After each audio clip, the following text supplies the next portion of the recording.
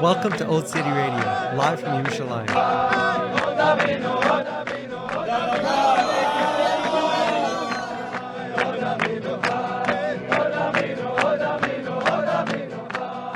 I'm Coach Ratner. Today we're at the studios of Faces International in the Old City of Jerusalem.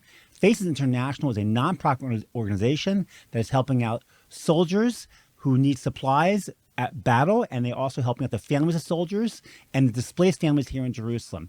So please give generously to the organization.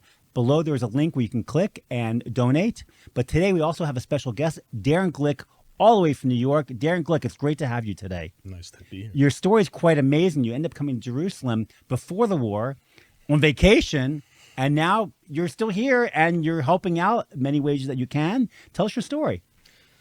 Well, it took me 3 years to get here, and for whatever reason, and now that I'm here, I got here a week before the war with an open ticket. Not sure why I did it like that, But you tried coming for 3 years, right? I did try coming. So it just happened to be that you happened to come right before the war. Yes.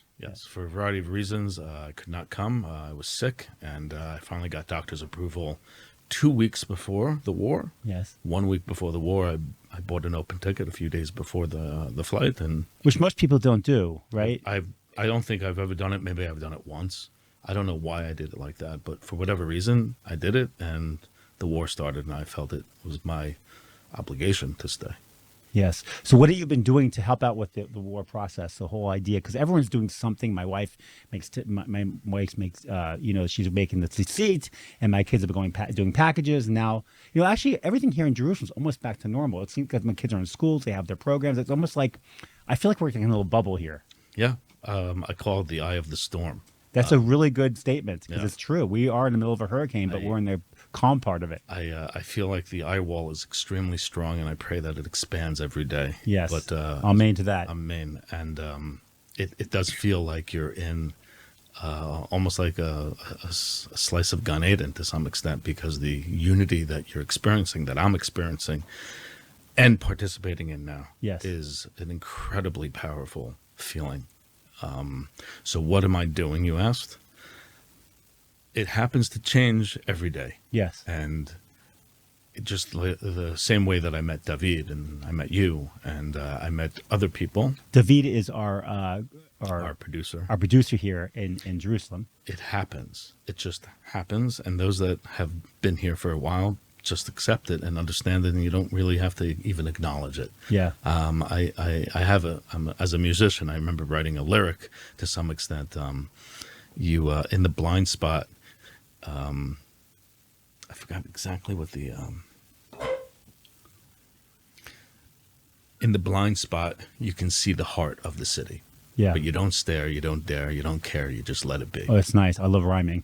I'm big into rhyming. And that's how sometimes my day goes. Sometimes it's very set, and sometimes it ends up me ending up doing an interview for Faces International. Yeah, it's funny because we had a podcast studio we were using pretty much the last 4, 5, 6 months, and we lost it. The person, whatever, went out of business, and so we don't have a podcast studio. And then Faces International called me. There you go. Saying we wanted you to help us out to do some producing and some podcasts. Right. And personally, I don't know about the audience, but I've been in a very dark. I have not been okay. People, I came to the Old City just today, and someone says, "How are you doing?" I'm like, "I'm okay." I'm like, "No, I was not okay." Right. It's not. I'm not okay now, but I'm much better than I was, a few weeks ago. I was not okay. I don't think anyone who's Jewish in the world was okay. No. I think you wake up every single morning with a pit in your stomach. And for me, I'm just hoping to wake up in the morning living in Jerusalem, and I want to hear shofars blowing that we've rescued at least some of the obviously all of them, I want them, but like it feels like that if the IDF can rescue some hostages, that they're making progress. Right. So, and I haven't heard that yet, and it's like it's this pit in your stomach, and then you see 5 soldiers killed, 2 soldiers killed, which I know in the scheme of things is not a lot, but these are people, these are young men. I don't think any of us are okay. No, I don't think anyone's okay. And by the way, it's okay to not be okay. You have to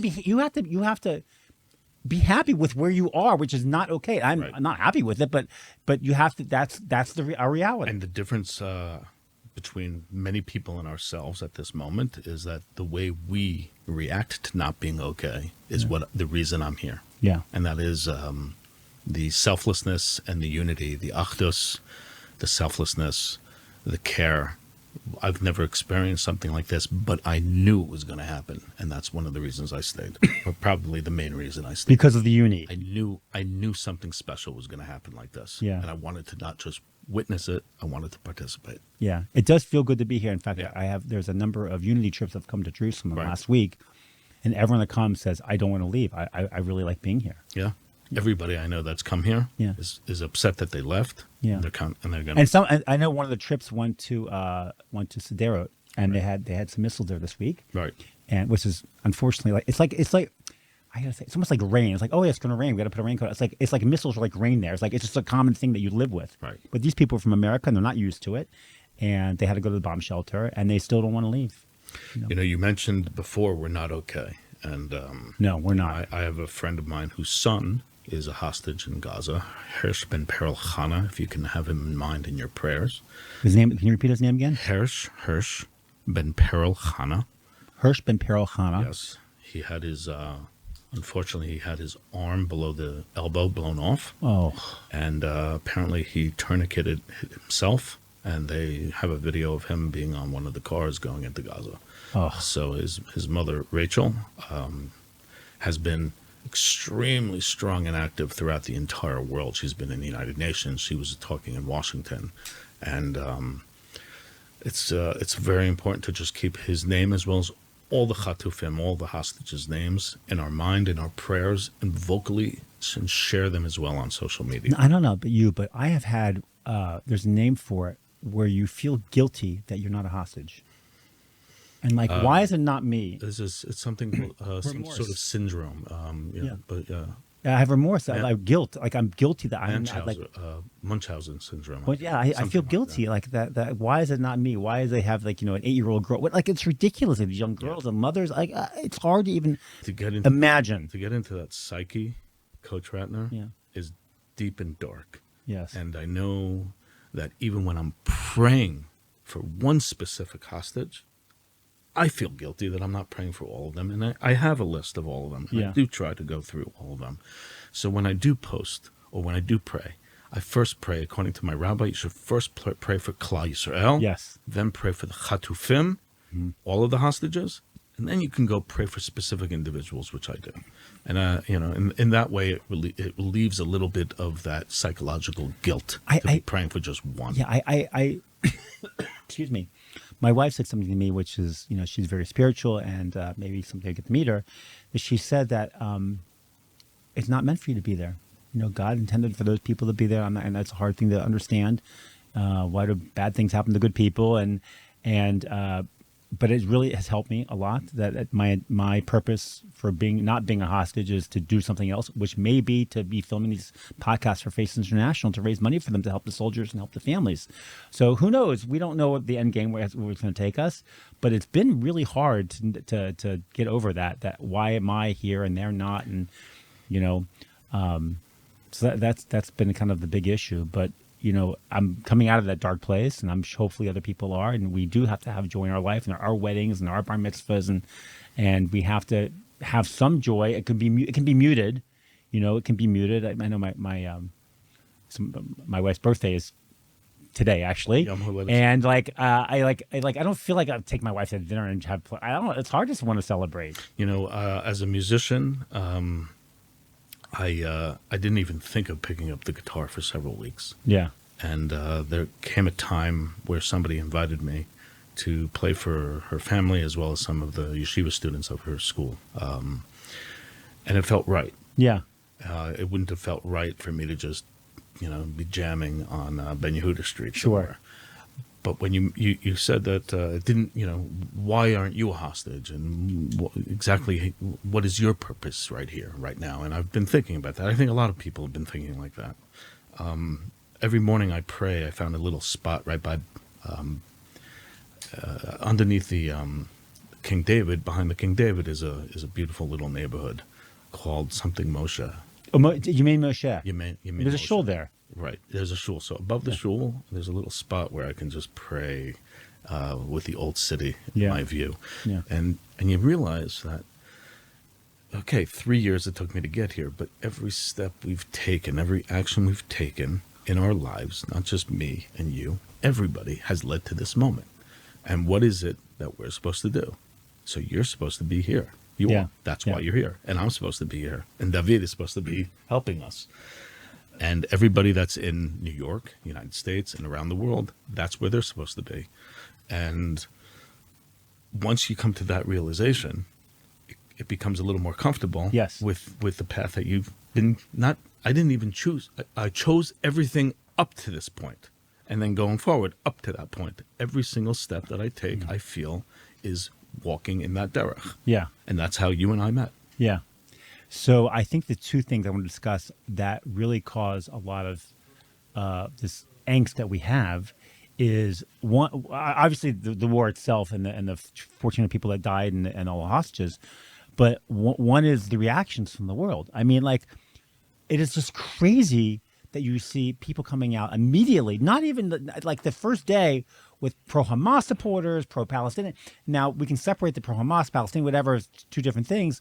But, I mean, it's really hard to imagine that can happen on the first day. To not give our people the chance to mourn before we even buried our dead Yes. is unforgivable. Yeah. I can understand that somebody could be protesting for whatever reason, but there was no rationale behind their protest, given the fact that we hadn't even buried our dead yet and hadn't lifted a Gun. piece of Yeah. military to Yeah. respond yet. Yeah. So what we see going on in the entire world is pure Jew hatred. Exactly. And if they had the same reaction to when Syria killed 500,000 of their own people, I don't remember seeing protests. I don't remember seeing a peep. And the silence of the people that should be supporting us, like our so-called friends, the silence is deafening. Yes. And listen, I think it's important, like Sun Tzu said, know your enemy. Yeah. I've always felt it's good to know who your enemy is. Yes. A lot of people have felt betrayed by people on the left. I have friends of mine that are liberal Democrats or liberal, traditional liberals, Yeah. and they marched with, I'm not even going to name them, but pretty much everybody they marched Yeah. with. And right now they expected to have some support, some sympathy, and what they have is the opposite. Yes. They have hatred, vitriol, and just pure anti-Semitism. Yeah. Pure Jew hatred. Yeah. And but we know this. Yeah. We know. Anyone who knows, who has clarity, this podcast is called Living in Clarity. Right. Because I like to live in clarity. And there is a tremendous, which has, lasted for thousands of years, tremendous amount of Jew hatred. Right. And then people, I have a TikTok account and YouTube account, and people say, well, how come they've hated them for thousands of years? They don't give an answer. But, it's not, this is not a land issue.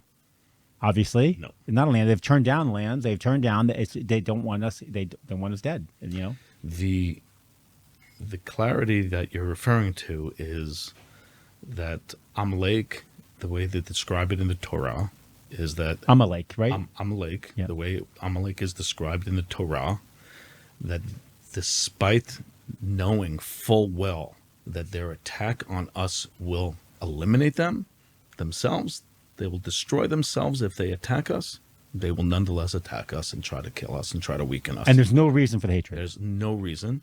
It's beyond reason, and therefore you can't try to reason with these people. No, you can't. There's no reason that started it, so there's no reason that will finish it. Right. On the same extent, I looked at it. I remember going, "This is." Somebody had said to me, the equation for Jews around the world and understanding what happened has changed. The entire reality of how we have to look at the world has changed. And I said, actually, the equation has remained the same. It's just that we forgot the equation. Yeah. The equation has always been that they will hate us, especially when we're not united, especially when we're not following Torah and mitzvahs, especially when what we were watching in our own country, and I was watching it from afar, and then when I was here, I was still watching it, you sensed there was a weakness.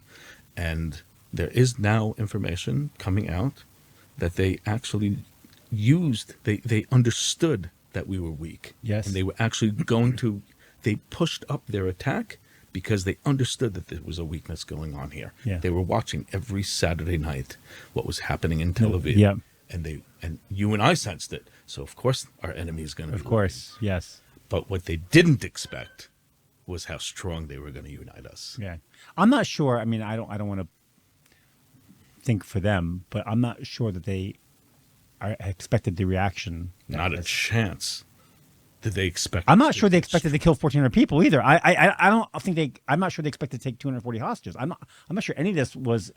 I have no idea. As Hillel Fold said, and I watched his video. Yes. There's also a way of positively looking at this, because had they wanted to, they could have walked in with 20,000 people. They could have. And they could have killed, God forbid, Tens of thousands. They got caught up in some of the stupidity of what they do. I mean, the filming and Filming and yeah. the rape and the murder Right. and the atrocity. And I was talking to somebody who said to me that their rabbi tried to explain why is it that kind of vitriol and that type of violence comes out. And he said something interesting, and it's still reverberating with me, and maybe you can share after I tell you. Maybe you can explain to me what you think. He said that the rabbi was explaining, and I don't remember which rabbi, otherwise I would quote him and source him, that when we as Jews or people that are God-fearing and believers in the Torah see God or see his ways or witness something amazing, even if it's devastatingly amazing or positively amazing, we internalize it and then can bring it out in a good, positive way, because we have a keli to be able to accept and hold that vessel. Right. They do not. So that when they see it, they have no other way of expressing themselves other than through that hate. By violence. By violence. Well, the word Hamas is in the Torah. Right. And it's used for the word, it means violence or I think thievery or stealing or something. I think both of them. Yeah. And it's funny they call themselves Hamas. Yeah, it's really and of course this week's Parsha, we had two amazing things that were in the Parsha. One was that Yaakov should go to the White House, the house of Lavan. Right.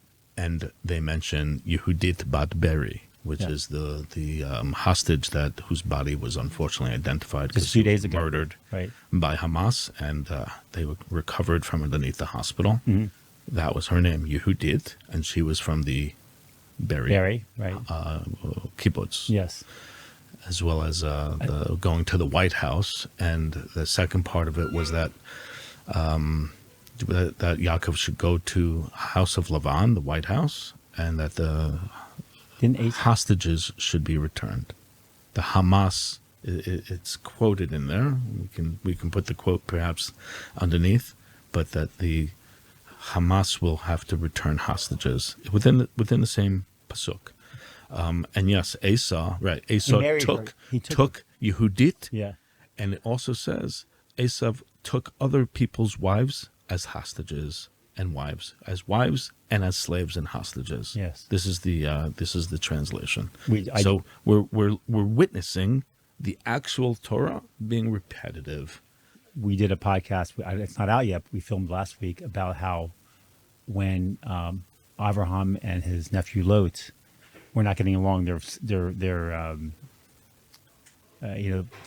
in conflict. They had a conflict between what do you call the ones that the sheep, the herders are having a conflict. It says, okay, instead of saying you go east and I go west, said you go left and I go right, or you go right and I go left, which was the main cause of problems here in Israel, was the left and right fighting each other. I mean, it was some fighting. I didn't see that. That's interesting. Yeah, well, that's crazy. It's crazy. And then what's even more amazing is that Abraham was born in the year 1948 on the Jewish calendar, which coincides with 1948, the founding of the state of Israel.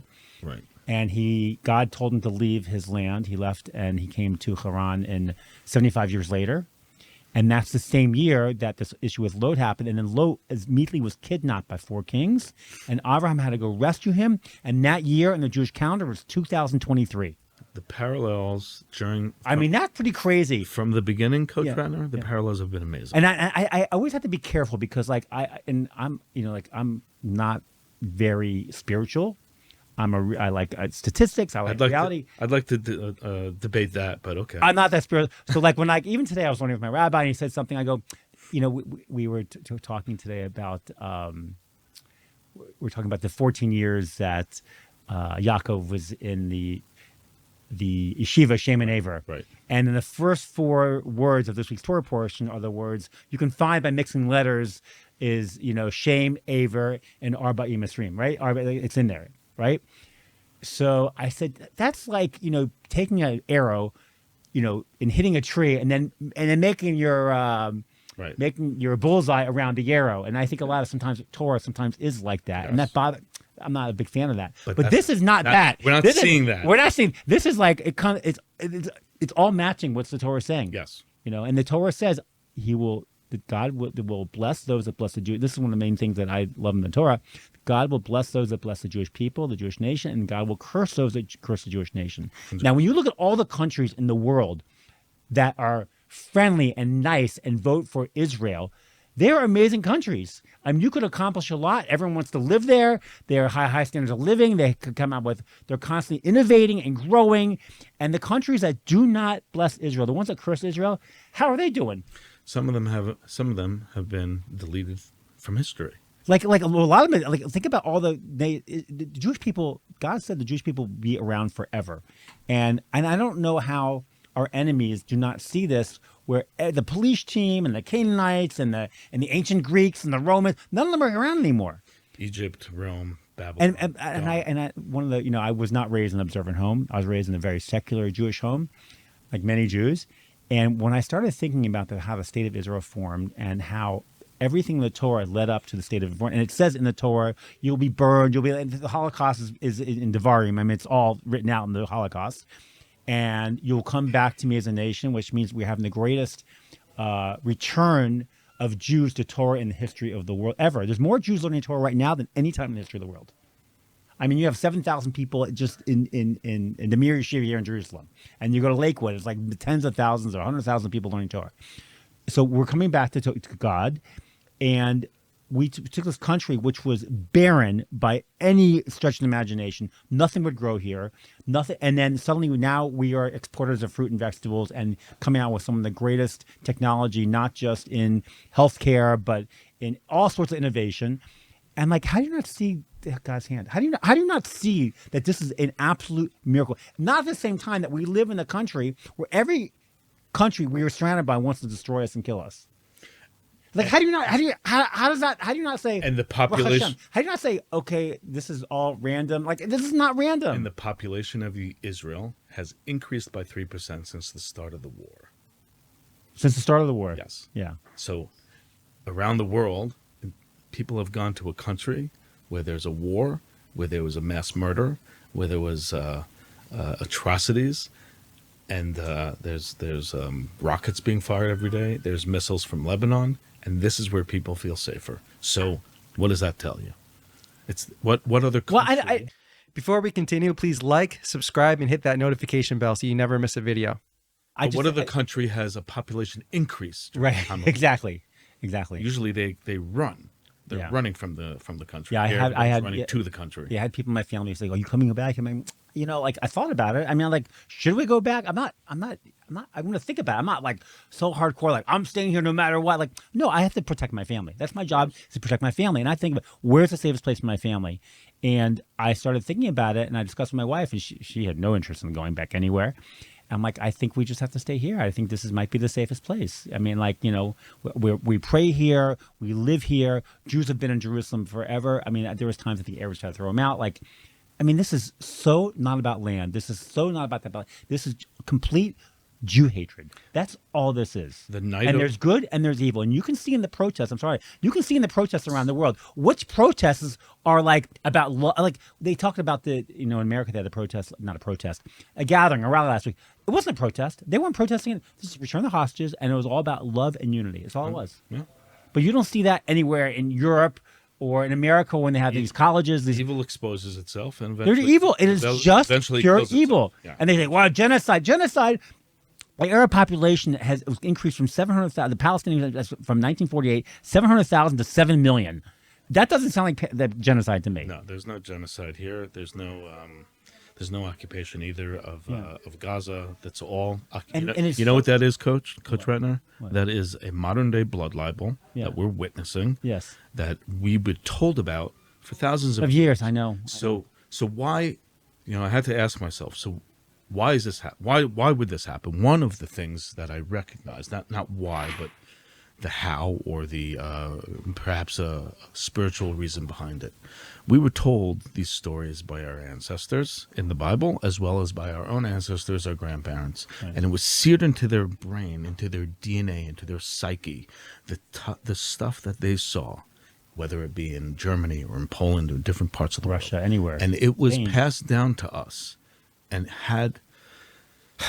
if another 50 years had gone by, that DNA memory, that psychological memory, would have been gone. And now, this is now seared into our minds. I and know. we will absolutely be forwarding this knowledge to the next generation. It's actually one of the, you asked me, what am I doing here? One of the things I'm doing is I work for a magazine called White Rose Magazine, which was started by Sophie Scholl, who was a University of Munich student, as a anti-Nazi rag, leaflet, I should say.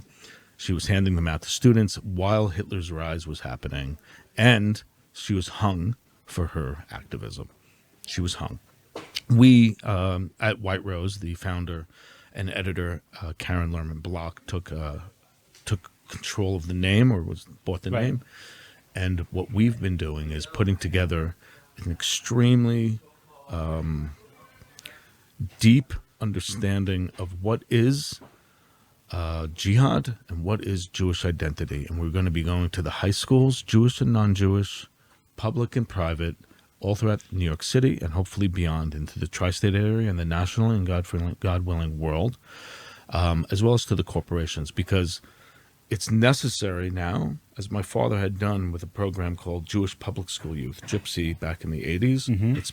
It's 100% necessary to teach those children before they get to the university. The university system is for Jewish people, or for anybody there.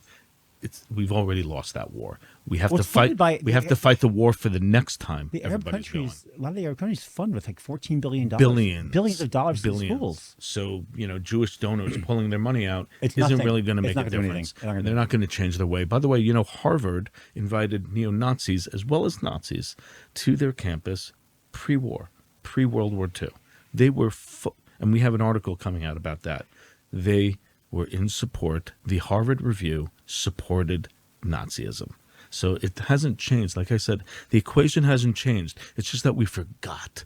It's funny, David, I saw a talk last week by David Magerman. He worked for Renaissance Technologies. It was a big hedge fund. Yeah.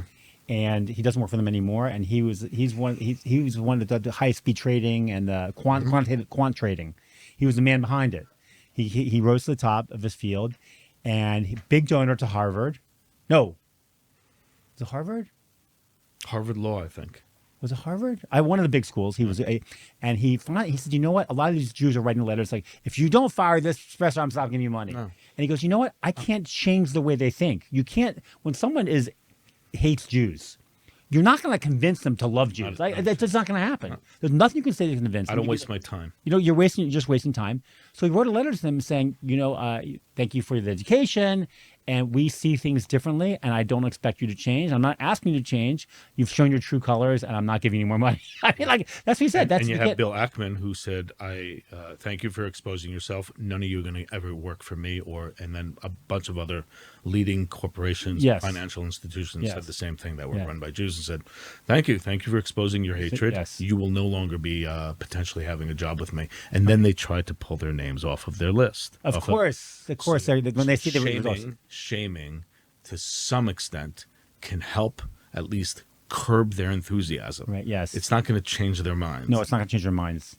It's not going to change their minds. That's one of the things that's causing a lot of Jews angst around the world, was the reactions to these schools and many of the governments, especially like Turkey, Erdogan saying, basically praising Hamas. It's really, it's nuts. And we have, by the way, does El fly? Turkish Airlines has a lot of flights. I flew Turkish Airlines. And I heard it's a great airline. Great airline. Great airline. People like to fly them. And I don't know what's going to happen with that relationship. I know is NATO. I think Turkey's part of NATO too, which is really weird. Erdogan talks a lot. Yeah, He doesn't do a lot. He talks a lot. yeah, So, but his talk is powerfully and dangerous. yeah. It's very dangerous. It's very dangerous. So what's the end game? Then that's another thing that obviously causes us problems. What is the end game? What if the IDF goes in and kills every piece of Hamas? Then you have 2.3 million people, Palestinians, or 2 point whatever it's going to be after the war, because there is going to be after the war, I think. What happens to them? And no one, both Egypt and Jordan have said that there's no way they're going to take in. Jordan can't take anyone, because they do, they're going to lose. It's going to become an ISIS country, and it's already like on the edge with that. The king, and Egypt doesn't want to take him in, and Iran doesn't want. No one wants to take him in. No, Throughout history, especially modern history with the state of Israel, our Hatikva, our hope, which is our national anthem, and our mercy, our Rahmanas, is exploited by our enemies. Yes. And it's time that we refocus our sympathies and our mercy for ourselves. And later on, after the war, we can figure out what exactly is the process of trying to work out an established, feasible relationship. Yeah. I know that after World War II, it also would seem impossible to take a country, I've read many books on the subject. It wasn't just the Nazis. It was complicit with most of the population, including the youth, including all the institutions and the judges. But they were able to denazify the people. Do I think that same program can be applied here? I do not. But perhaps something similar. You would have to have, which hasn't been the case, the partnership of all the Arab countries, especially the ones that are friendly with us, like our allies Egypt, which still promotes the Muslim Brotherhood. They don't promote it, excuse me. But they don't, they help perpetuate the propaganda of the bloodline. Well, I don't think any of them, the ones that we have peace with, I don't think it's peace. There's a definition of peace. Peace means you're friendly, or peace means just lack of war. Peace for them is lack of war. That's what it means, some lack of war. economic peace. Yeah. But what I remember reading many years ago, whether you agree with him or not, but I remember reading Benjamin Netanyahu's book on what is necessary for real peace. And it's economic peace, but it's also you have to change the curriculum in the schools. You have to stop teaching them hate. And it was done. If it was done 30 years ago, we wouldn't have had this problem. So I know. Not only did we have this problem now, but these same children that are 6, 7, 8, 10 years old, 10 years ago, are the ones that actually committed the atrocities 6 weeks ago. Do you think that the potential peace with Saudi Arabia had any effect on what this happened? 100%. I mean, the Palestinians were like, okay, we can't allow this to happen. So, and by the way, I still believe there's gonna be peace with Saudi Arabia. I think it's in their best interest. I think it's just it's a delay. I think there'll be more peace with Arab countries. Obviously, just a delay. And I also think that not everyone can be this crazy. I mean, I don't. Bahrain came out yesterday, or at least I read it yesterday. Yeah, what they say. Hamas is a terrorist organization. What they did was similar to the Holocaust, and it was atrocities, and they need to be eliminated. Yeah, Bahrain. Right. So I think that Saudi Arabia has the same mindset. Maybe they don't want to actually expose it yet. But they haven't said anything that's so bad against it. No. I mean, they haven't. No, listen, they know. Yeah. They all know. I mean, everyone's going to come out and say, "Try to not kill if they didn't know civilians." Of course, everyone's going to say that. I mean, no one. The IDF's not trying to kill civilians. You know how we know they know? Because they would have brought them into their country to help them if they didn't think that they were atrocious and terrorists and just going to cause problems in their own country. Right. So of course they know, and for many years we know that the propaganda is that they use them to cause problems for the for Israel. Yeah. So they're a pawn in the game of the Arab countries. Let's talk about pawn for a second. Now, I have heard somewhere in the news that Israel is a pawn of the United States. That the only reason, in fact, Nixon came. I saw a short. Nixon talked about that. There's really no. He said that the United States is going to support Israel forever. He said there's no reason why there's not, like, there's oil here. He goes, it's obviously they came out of the Holocaust, but he says it is just a moral right for America to protect Israel. And is it because just to give, just so they have a, they don't even have a base here. It's like funny, United States has a base in Turkey, or Slick Turkey, and they have a base in Several bases in Turkey. And Qatar. I think they have one in Qatar also. Could be. And but they don't have a base here, and they're more than welcome to have. I mean, like if I was like, They sure. have more than a base here.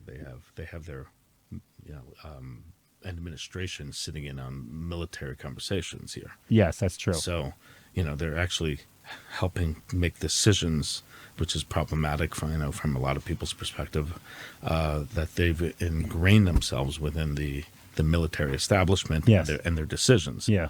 I tend to disagree with ex-President Nixon. I think at the time he would be correct in asserting that the United States would always support Israel. Yeah. I think you would have to question that today. Yes. And I remember asking my father, who passed away a year and a half ago, he's actually buried here in Beit Shemesh. I actually did get here for a week between these 3 years. I was let in for that week during Shiva. Oh, for Shiva, for I was actually burial. Amazingly, Coach Ratner, my vertigo and all my problems went away. Health problems, for right. those 2 weeks. Yeah. Came here, Yeah. went back, problems happened again. Yeah. So it was like a window of opportunity. I was able to get here. So I used to ask my father, well, how could the United States prevent something like Nazi Germany happening? He said, because it's a democracy. I go, well, in a democracy, if you have the majority of people not wanting to support Israel, then you're going to have no support of Israel. Right. And that is a potential threat. Right. And we see it. It's not at 51% yet, but it's definitely moving towards that on the from the left and from the far right. Yeah. So could we see an Israel not being supported by the United States? 100%. And do I believe that the United States' goals and motivations and interests are aligned with Israel? Not at all. There are certain things that are aligned, and luckily Hamas is one of them right now. Right. But how far are they willing to accept the alignment and the same... I think there's also economic. I mean, maybe not with America, but I think with the other Arab countries. I think there'll be peace. And it's a I think democracy. it's a huge economic boost to these countries. I know, with the UAE just had big peace, and then people are like, there was not until the war, tons of people flying back and forth. Yep. In fact, I think there's a lot of kosher restaurants now in There's some, UAE. yeah. Yeah, I mean, which is more than some of the places in America. There's a rabbi of the UAE, I think Rabbi Sarno, right? Yeah, there's a whole thing Dubai. going. They have Pesach programs going on, so there's a lot of, they can come here and they can go visit wherever they want to go visit, and lots of. So I don't know. I think there's a lot of positive things with the peace with having it with Arab countries. So do you think that the Nazification or de-Islamification? I don't know. I think happen? it's going to be a long time. I think it's ingrained in societies to hate the Jews. I think that it would take some time. I think you have to change. Obviously, like you said, you have to change the curriculums in the schools. Let's start with that. Should have been started, but it was. And again, it's still not. It's still not. It's never been started. So what would you think, like the question was raised when this war started, is this an existential threat to Israel? And, one of the worries we had was, Hezbollah getting involved, Iran getting involved, Syria getting involved. Now Yemen has gotten involved. Is this an existential? And it can be. I mean, it can be an existential. How do you say it? Existential? Existential. Existential. In the sense that the true nature of world hatred, it's not just from Hamas, it's worldwide. Yeah. And what you're recognizing is if you don't have a deterrence to this type of hatred, which apparently our what's called mow the grass strategy over the last 50 years of when Hamas or Hezbollah or any of these terrorist organizations got too strong, we would mow the grass just to weaken them. It doesn't work. Yeah. We have to have a stronger deterrence. So if you don't deter, with extreme proactiveness and offensive military, I know, you're never going to be able to prevent from something like this from happening. It's really again quickly. It's a shame that now Israel is going to have to ramp up its advancement in technology. Obviously, they're probably one of the most advanced technologies as far as war goes now, but they're going to have to ramp it up again because of this. And there's a We have nowhere else to go. That's what I think Golda Meir says. Where are we going to go? We have nowhere else to go. Just Can you keep on strengthening the eye and the bubble. Yeah, that's all you can do. Yeah. And as long as we continue to remain united, God will watch over us. yes, That's our hope. That's the unity without that's, and that's we don't also have to, the tikva. yeah, unity without uniformity, as my Rebbetzin says. Right. We don't have to be. We all have to be the same. Shouldn't be uniform. Huh? Shouldn't be uniform. No, you have some people who daven like this, and some people who don't daven, and some people who detrafe, whatever. I was walking around the old city with my tzitzis son, and sometimes I forget to wear yarmulke because I'm not so machmir about yarmulke. Right. And somebody said, "Where's your yarmulke?" I go, "I got my tzitzis." Yeah, So yeah, everybody's different. yeah, Everybody's different. We shouldn't. I'll say this, Coach Ratner. I remember learning about Yonah, and the reason he was punished. One perspective is that he didn't act the way God expects his prophets to act. So how does God expect his prophets to act? Well, Abraham begged God and negotiated for an entire 2 towns of Sodom and Gomorrah. yes. From 50 to Down to 40 10. to 30, down to 10. He didn't go below that. Right, but he negotiated for, even though he knew how evil Sodom and Gomorrah was. He still negotiated, if there was 10 righteous people, please save the entire nation or the entire 2 towns. You also see it with Noah. And Noah as well was punished to some extent, or at least his surviving, or the survival of our country, of our planet, wasn't based on Noah being Rahmanis and showing the people to do tshuva. Right. It wasn't. He also didn't follow in the right path. No, he said Similar to Yonah. yeah, he's supposed to open the first Chabad. He Or Isha Torah. He didn't do it. He was supposed to get the people to do tshuva, Yeah, which he is didn't do why 40 years, I believe, it was 40 years before the flood would happen. Yeah. He was building the ark. Yeah. He was supposed to be getting the people to do tshuva. Yeah. And Yonah was told to go to Nineveh and have the people do tshuva. This is a country of non-Jews. Yeah. And what did he say? They deserve it. Yeah. And he was punished for it severely. The reason is because ultimately din, judgment, is to be left with God.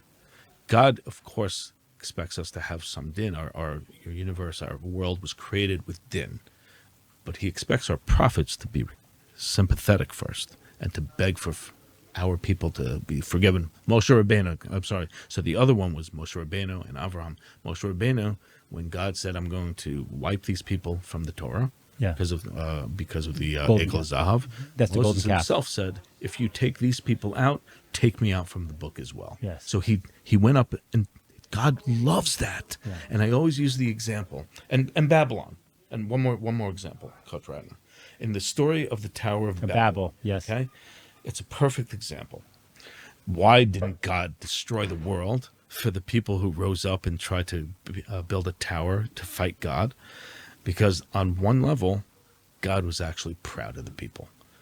Not that they were trying to debate or to have a war with They were them. unified. They were unified. You were unified. And I That's why you always- destroy them. That's why you didn't destroy them. And I always use this example. I say to my friends who have a lot of their kids running around doing a lot of stuff, I go, if your kids, all 5 of them, how many kids do you have, Coach Ratner? 5, Baruch If you have all 5 of them, okay, one of them's never getting along with the other. There's always something. Oh. If all 5 of them got together and pulled a little prank on you, Yeah. you may be upset about the prank, but you'd be having nachas for the fact that they all got together to I do gotta tell you, something. one of the most amazing things in raising a family, and I think it helps to have children that are close in age together, because I know I've seen families that are far apart and they don't have a great relationship. And my kids, thank God, have a great relationship, and they're all friends and they all support each other. That's and nice. like, there's no better That's feeling. unusual. There's no. That's nice. It is. There's no better feeling than having kids who are unified Yeah, and who get along. yeah. Even though they're not perfect. So what is God? So God, just like a father and his children, God just wants to loves see those us that loves- unified. He loves those that love his Even if we're unified against him, Yes. he was okay with it. Yeah, it's funny, the word Tower of Babel, and I don't know, I haven't asked any rabbaim about this, but when you have a child who's, going from 1 to 2 and they start to speak, and you say, oh, they're babbling. And it's funny because the word babbling It definitely probably comes from the Tower of Babel, because what God did is he took these 70 nations it's not probably. and he probably and he gave them each a separate language, so they couldn't communicate with each other. There is somebody, and you can look it up. It's called Edenics, and I've looked into it. Yeah. Who is creating a science or a academia of Words? proving Yeah. that there actually was one language, and that the entire 70 languages Yeah. all originated from Hebrew. Hebrew. Yeah, it's funny when I don't really speak Hebrew very well. When I Neither got do to I. Israel 4 years ago, I started taking an Ulpan class, which is how to learn how to speak Hebrew, but more Torah based. And I was blown away because when someone comes to America and they learn a language, someone comes from Mexico and they want to learn, take English like a language, they say, oh, this word came from Latin, this word came from this word. And when you go to learn Hebrew, they don't come from anywhere. Yeah. And they're all interrelated, and the words Well, have they come meaning. from and their essence. they come from the essence, right? They Yeah. come from the essence, Yeah.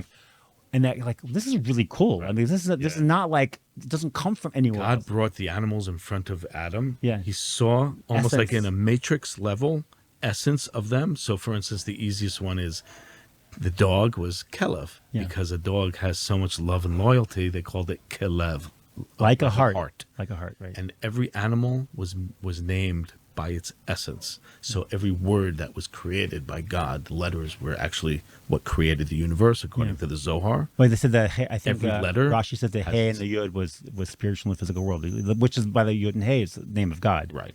Right. Yeah.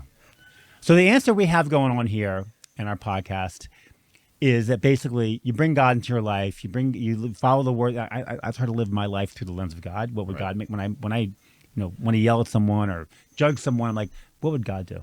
And I think that's how I make my decisions in life. I'm not sure, the Quran says you should go and rape. I mean, I don't know. Like it does not. It does not. No. I've studied the Quran. Oh, you have. I was a Okay. religion minor in college. Yeah, it does not. Yeah. And by the way, This there's is- not one. The word Jerusalem is not anywhere in Not the Quran. mentioned there. Nothing. It's not even mentioned in the Quran. We say it. I believe over 5 to 7 times just when we say Birkat Hamazon, Yeah, I know. Okay? Yeah, and they don't say it once in the entire Quran. right. We face Jerusalem. We pray. Everything about Jerusalem. Everything's about Jerusalem. I will tell It's you. the center of the world. This is where heaven and earth meet. Right here. People say when they Yeah. come to the Kotel, which we're 200 yards in front of, that I just feel it's something I feel here. It's because this is where God resides. This is where heaven and earth meet. This is where God is everywhere, and you can be in St. Louis and God's there. But it's almost like listening to an AM radio at night, where you hear the radio station, Yeah. but it's coming in staticky. But here it's Dolby Digital 4D surround sound. The frequency is perfect. It's perfect here. And this is why people, when they come to Jerusalem, they're like, oh, man, there's something about it. They go to Tel Aviv. Oh, it's a nice city, but Jerusalem, oh, man, something special about Jerusalem. The frequency is very Yeah. different. And by the way, every religion knows that also. That's why they want a piece of it. Of course they know. The Christians want it. Everyone wants a piece of it. I've been thinking through my mind, what is it that has helped perpetuate us as a people? And it's what we were describing throughout the entire podcast, but something that you touched. It's for the last 43, 44 days. For the first 30, we were going through Shloshim. We were mourning. This entire that's country was horrible. mourning. Horrible. There was, as I described it, there was a mix of horror, sorrow, and unbelievable unity and beauty. And it was all mixed together as one. And you would go to synagogue, and sometimes you'd have one person saying Kaddish or two. There'd be a bunch because a family has decided to come to Jerusalem to have Shiva, Yeah. and the entire family is saying Kaddish, and then maybe there's another family, and you'd have a terrible amount of people saying Kaddish, and a tremendous amount of people coming who don't know them to pay a Shiva call. Thousands of people went to the woman that was murdered by the East Jerusalem 16-year-old. Yes. Thousands, including myself, went to the funeral, and the Shiva was down the block from me, so I went to Mincha Marv there. Yeah. Almost, I tried to go every day. So what perpetuates us as a people? And I think it's 3 things. It's all based on the Torah. And what are those 3 things within the Torah? We have to fight together, we have to mourn together, and we celebrate together. Because we're more than neighbors. We're family. I was in New York City, exactly. I was in New York City during 9/11. And So was I. There was a unity there. You remember I was there. And it was a beautiful unity. And it was ephemeral. It only lasted a few weeks or a few months. And I said to somebody, this is a slice of 9/11, but you have to take it to an exponent. Because the difference is that this isn't neighborly. This is mishpacha. This is family. Yeah. And the difference between that is felt. You can feel it when you look at somebody in the eyes. When I met you for the first time this morning, an hour ago, we're brothers. Yes, we are. Probably fifth cousins or something, somehow. Yep. Yeah. So I always view Jerusalem, talking about Jerusalem, as a city for the world. When you come to the Kotel, the Western Wall, it's a place for people to pray. My Rebbetzin, Lori Plotnick, had met with the leaders of the Western Wall Plaza and has said that they should have prayer books for every single language. That when you come here and you're an Albanian and you speak Portuguese, they should have prayer books for every single person, because this really is a place for the world. It's a great idea. When the first temple stood, all the nations brought sacrifices here. They all brought animals here. They all came here. They all prayed. And it's really not a place, which is funny because Jews are not allowed to go on the Temple Mount, which is the top where the temple was. We can't even drop a quarter and bend it over because they say we're praying there. We're not even allowed to. It's crazy that this exists here in Jerusalem. We are not allowed to pray. I've gone 3 times since I got here. Yeah. And but really, this is a place for the world. Yeah. And as I think it was Golda Meir said, if Arabs dropped their weapons, there'd be peace, and if Jews dropped their weapons, they'd be dead. They'd be eliminated. So which side are you on? Are you on the side of good?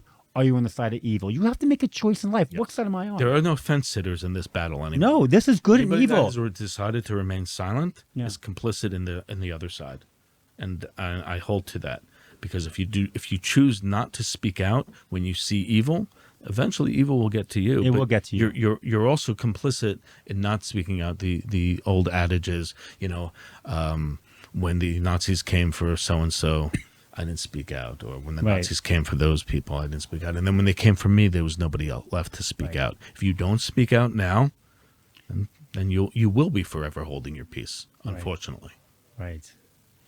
Well, we hope in the that we see soon Hirsch Ben Perachana. Amen. We hope he's recovering.